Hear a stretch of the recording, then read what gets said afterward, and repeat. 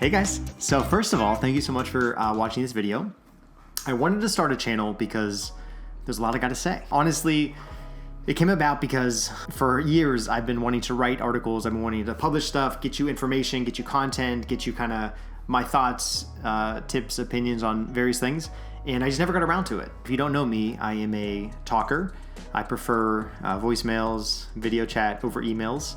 And I mean, let's just be honest, we all send way too many emails every day. I figured I would record a video, share what's on my mind, make it maybe a little bit more entertaining than a written post. I think it may in the end become more work, but that's just, it's the game we play. So thank you for watching. If there's anything you want me to talk about, any topic, you have any questions, feel free to drop me a comment, send me a DM. And I would just love it so much if you subscribed, if you shared this, if you liked it, and just let me know what you think in the comments. So these videos, I hope to do more of these, but I want them to follow kind of a similar outline. So 3 things basically. The first one is a topic or quick tip. So in this case, this video is about first looks, and we'll get into that in a second. Next one may be about something else. The second thing I want to talk about is answering of your questions. So if you have any burning questions, things you're dying to know, I'll be glad to answer those. Those could be business related, those could be photography related, they could be what camera do I purchase related, whatever it is. Answer your questions. And number 3 is something I like. So it could be a book I'm reading, a product I bought on Amazon, something fun I did with the family, just maybe a glimpse into my life, to, you know, the things that I enjoy and who I am, etc. This time I want to talk about something I get asked about a lot, and that is the first look. And there are really 2 camps. There are the first lookers and the traditionalists, we'll call them. For some reason, everyone has an opinion on this. Some people do not, because I feel like the first look is becoming the norm. But back in the day, you were either strongly for it or strongly against it, just because you had to be to push it through. So if you don't know what a first look is, the first look is when you see your significant other at some point before the ceremony. So that could be at the hotel, before you get in a limo, in the back of the church, outside somewhere. And it really came about just so you have more time for photos and you can enjoy that moment with your significant other. That's the first look, as opposed to seeing your significant other before the actual wedding ceremony. So not the walking down the aisle, here I am kind of thing. And this is not to be confused with the first touch, which is something else, which sounds a lot naughtier than it is to have the first touch documented. But the first touch is when, you know, a couple hides behind a wall or a door and they reach out and they, you know, grab hands. And that's the first touch. I think there's like a photo on Pinterest that like someone's playing a guitar and the other bride, she's in the back crying. It's beautiful. So, I mean, there's a lot of different ways you can do this. So anyway, I reached out to my past clients and I tried to get some feedback on, you know, what their experiences were, what they thought. And so I'll share those with you right now. First, we have first look category. So these are people who did it. This is Lauren. She said, we did one and I'm so glad we did, because it was nice to have that moment for just the 2 of us. And because it meant we could get most of our photos done before the ceremony even started. Definitely would not switch if I did it again. This is Sarah. She said, I did one and it was my favorite part of the day. I loved having the private moment together when we first saw each other. We did most of our photos then too, which was great because we were able to enjoy a cocktail hour with our guests. It also allowed us to spend more time together during the day. Plus the photos were amazing. Your team captured it perfectly. I would never do it any other way. And so she had our associate team capture her wedding. The photos are indeed amazing. This is Gina. She said, we did one and I would recommend it to any couple. Yes, the pictures are amazing and some of my absolute faves from the day, but more importantly, I'll never forget being able to take in that time together, just us. It made me even more excited for the rest of the day celebration. Let me know how else I can help. You've been very helpful already, Gina. Thank you. And this is Monica and Aaron. She said, love doing ours, would do it again for sure, but probably in a place where my bridesmaids and mom couldn't peek through the window and watch. So making it even more private. This is in the traditionalists, so the people that did not do the first look. This is Kristen. She said, didn't do one and I'm glad we didn't. One of my favorite memories was seeing Grady's face down the aisle when he saw me in my dress for the first time. Shelby, we did not do one. Well, I don't regret it because I enjoyed having that first moment we see each other be at the church. I definitely see the benefit of having more time to take photos before the ceremony. Katie said, we didn't do one, but wasn't opposed. I'd have to say we still got everything we could have ever wanted and more from our photos without one. Abby Nancy said, no first look and I wouldn't have changed anything about it. Basically, there's 2 camps. As you can see, a lot of different opinions. People who did one usually don't regret it. They're very happy about it.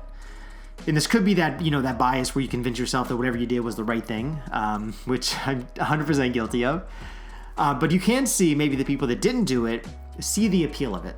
You know, I think the first look is one of those things that's, it bucks the norm. You know, traditionally they said it's bad luck to see your significant other before the ceremony for whatever reason. And so a lot of times there's parents, grandparents who are like, absolutely not, especially if a couple's getting married in a church. They want that kind of, you want the thing, you want the moment, especially if some of you thought about for a while. Anyway, I'm getting ahead of myself. Here's the deal, and I'll give you my opinion on both sides of the camp. And really, it's just my opinion, so take it or leave it. But hopefully, it helps. It really comes down to, in my opinion, logistics, which doesn't sound very romantic, but it's the truth. It's logistics. It's basically, how can we get everything we want in the time that we have? And sometimes that involves getting your pictures done before the ceremony. And here's the deal too. It also comes down to logistics, but also comes down to what's important to you. So if you've thought about, you have it in your mind since a child about that moment, walking down the aisle in the church, seeing your significant other, being around all the guests, I think that's phenomenal. And so who am I and who is anyone else to tell you what you should do on your wedding day? So do what you want, and find a photographer that can make the photos happen. Quick story, I had a bride who, she did not want to do first look. She was very against a first look. The problem was she got married in November and her ceremony was later in the day. So by the time they were already married, the sun would have set. And she met with a lot of different photographers, and they all told her, I don't feel comfortable. It's going to be dark. You're going to want these photos with, the daytime, and we just can't make it happen. And she called me, and the reason she said she liked me and ended up hiring me was because I told her I wasn't afraid of the dark. And, whatever she wanted to do, we were going to work to basically make sure she has great photos. So if that involves, I told her, hey, it's going to be dark, it's going to be nighttime, but you can still have some really badass photos. They may just be a little bit more romantic. We'll find some light, we'll set up some lights, we'll make it work. But there's no reason, if you have something in your mind, that we can't make it a reality. So we're here to help you, not change your plans. But okay, and again too, this is just this is what I've seen typically in my experience. There's a lot of different types of religious ceremonies that maybe do different things. So maybe a first look is natural, maybe something else. But this is just, in Western Pennsylvania, the majority of weddings fit into this category. So I'll just get into it. All right, so the no first look camp. These are the traditionalists, the people, I kind of already explained it, but you've thought about it, you want it a certain way. People say it's bad luck. First looks work when there is ample time to get photos after the ceremony. So, as a photographer, for me, I love making portraits with my couples. So I love that time to make great photos, to capture, to tell stories, capture portraits. And so the first look, no first look is great when we have time to do that. So, typical ceremony, and if you've watched my timeline video, you can go back and watch it, but I kind of get into, both sets as well. So I won't repeat myself too much, but basically you get photos done beforehand, maybe the bride and her bridesmaids, groom and groomsmen. You get maybe some family stuff done, light family coverage. Ceremony, right after the ceremony, family photos, so immediate family photos, moms, dads, grandparents, siblings, etc. And then we have time with the wedding party, the bride and groom. Now, if we have only an hour and travel, we have to drive somewhere else too, that really maybe works out to 30 minutes, 20 minutes with the bride and groom. So not a ton of time. We can still get you a lot of great photos in that time, but it's just, it may not be that expansive portfolio that you've been dreaming of. That said, we can also go out some point during sunset, maybe sneak away from your reception for a little bit and get some great photos. But again, that's also a really nice option too. But, it depends on where you are. You maybe be a little sloppy then, and depending on when into the reception it is. So if you have time, there's going to be a big gap. There's going to be a lot of time for photos. Then we don't need to do a first look. We can make that time work. I like to stretch it out too. So I like to kind of basically take some photos. If we have, 2 hours to fill, hop on the bus, hop in the limo, grab a drink, hang out with your friends for a little bit. Let's go back out, get some more photos, drive somewhere else. So it's not like, I want it to be enjoyable. If you're having fun, your photos are going to look great. So the big thing is just making sure you guys are enjoying the day, enjoying the process, and it's going to show up in the photos. So no first look works if you've thought about it. There's something specific you want. You had that vision. You want that moment down the aisle. Go for it. That said, if time is an issue, everything's in one location maybe, and that right after the ceremony, you want to go right in a cocktail hour. And then, like one of my brides said earlier, you want to be able to enjoy cocktail hour with your family. It may be a good idea to get photos done beforehand. And we can still do photos at sunset and still get you that different light, that different kind of vibe and experience away from your guests then, which is great.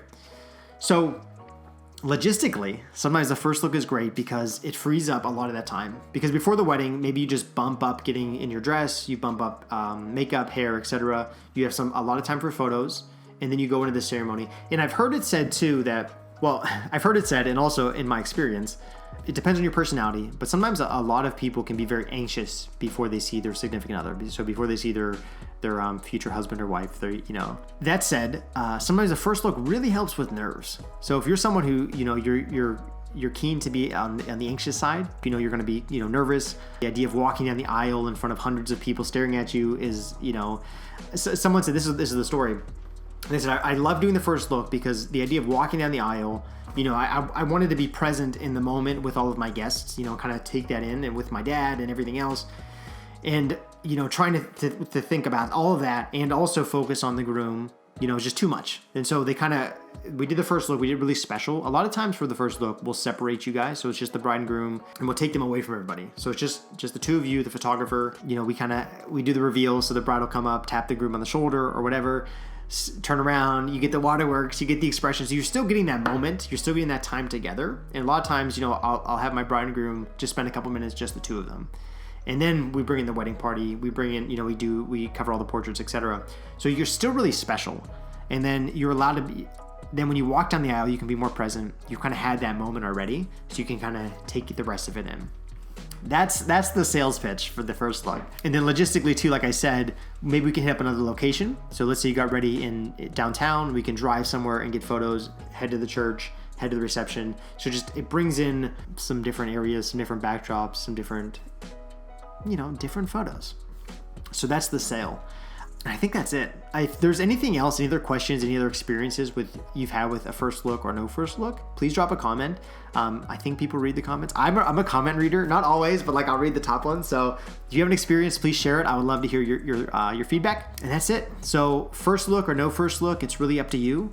Just look at your timeline and see what works. And I will link to my timeline video as well at the end of this, so you can check it out. So since this is the first video, I don't have any questions yet. So no one has asked me any questions because there hasn't been an opportunity to ask me any questions. So if there's a question you want for the next video or a topic you'd like me to cover, drop me a DM, drop a comment, and I will make sure to check it out. And to wrap this video up, something I like. I just finished this book. It is called Willpower Doesn't Work by Benjamin Hardy. If you really like Medium, Medium is a website with tons of articles and you love to read. He has a lot of really great content on there, but I love this book because basically he gets into the fact that the reason you're not successful, the reason you haven't accomplished all your goals is not you per se, but it's your environment. And how we can shape our environment, we can do things to basically set ourselves up for success that don't come down to willpower, because at the end of the day, willpower doesn't work. In my opinion, and I read a lot of kind of self-help business books, self-improvement kind of things. I love this because it feels right. Sometimes you read books and it's just like, you need to work harder. You need to crush it. You need to do this. You need to do that. And this one takes more of the approach of, listen, you're going to fail. You're going to mess up like we all do. So take steps to shape your environment to set yourself up for success, and it will come a lot easier than just trying to grind through it. The word grind. Anyway, Willpower Doesn't Work. Check it out. Let me know if you've read it and what you think about it. Guys, I think that does it. Thank you so much for tuning in. Let me know what you think again, and have a wonderful day.